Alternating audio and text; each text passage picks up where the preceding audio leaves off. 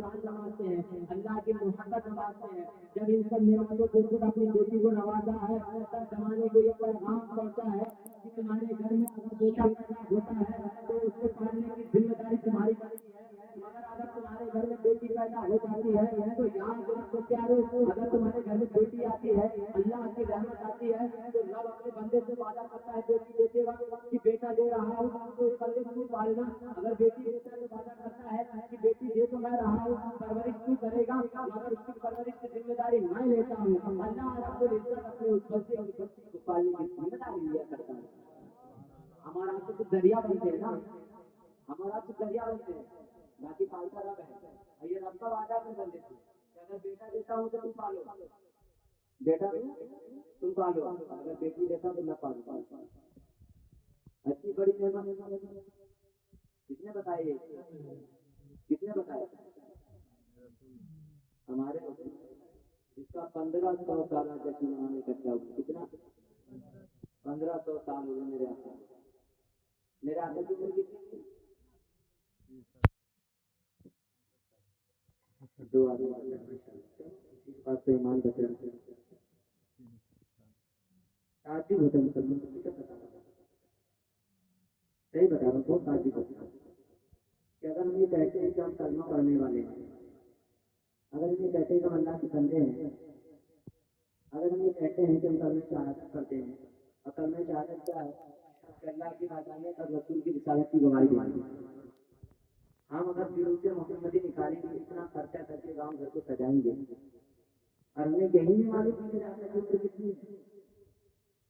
تعجب ہے کہ نہیں؟ مسلمان ہونے پر تعجب ہے کہ نہیں؟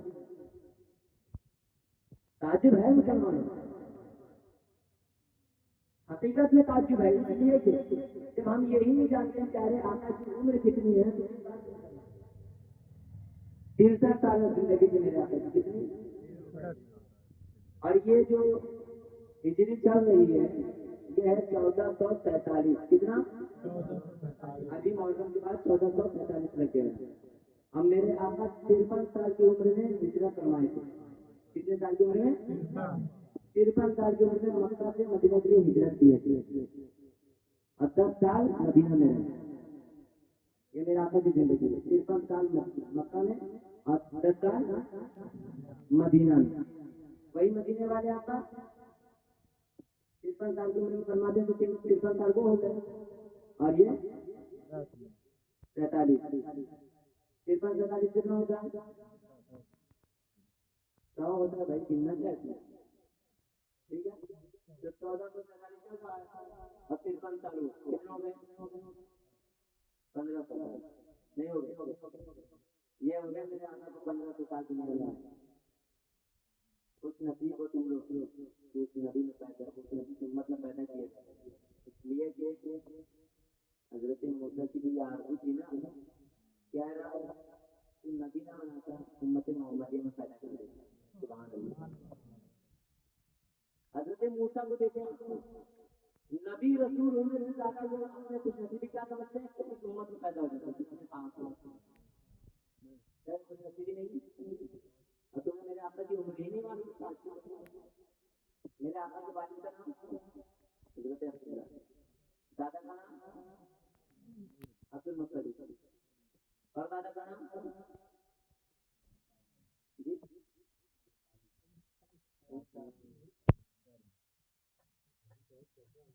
ابو طالب کے چاچا تھے جو میرے آقا کو ان کے دادا کی مثال کے بعد پرورش کیے تھے.